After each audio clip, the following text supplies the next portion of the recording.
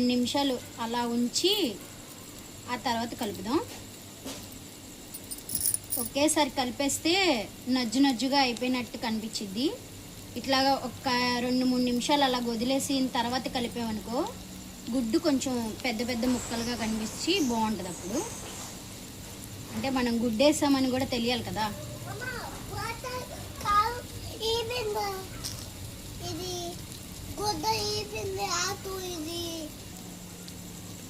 ఇప్పుడు కలుపుదాం.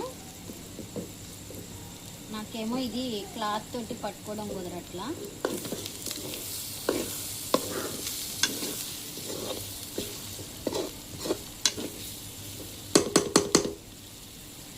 ఎక్కువ కలపకుండా అట్లా ఒక్క నిమిషం మూత పెట్టాలి. అయిపోయింది.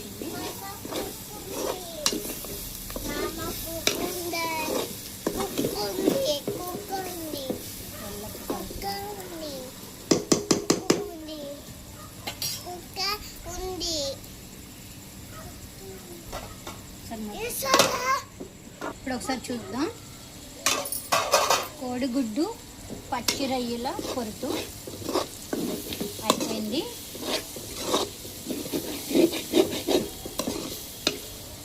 వేయంగానే కలిపేస్తే నజ్జు అయిపోద్ది. ఇట్లాగా 2 నిమిషాలు 3 నిమిషాలు మగ్గించాకేస్తే గుడ్లు కూడా ఇట్లా వస్తాయి అన్నమాట. బాగుంటుంది అప్పుడు ఇలా.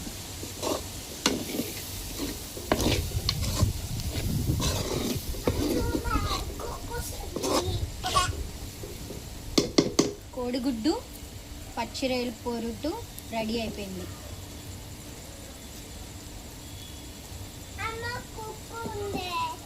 చూసారా, అవి రొయ్యలు ఇలాగా వస్తాయి అన్నమాట. పొరుటు గుడ్డు.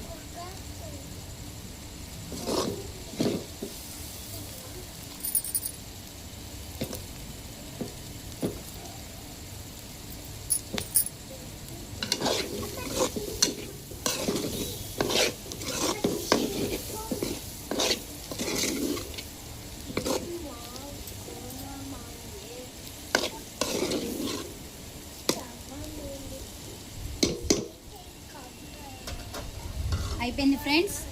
టేస్ట్ చూసి ఎలా ఉందో చూడాలి. వీడియో చూసి కంపల్సరీగా లైక్ కొట్టండి ఫ్రెండ్స్. సబ్స్క్రైబ్ చేసుకోండి. మేము చేసే అన్ని వీడియోస్ అన్నీ మీకు వస్తాయి. కామెంట్ చేయండి ఫ్రెండ్స్. లైక్ కొట్టండి. సబ్స్క్రైబ్ చేసుకోండి. Bye friends.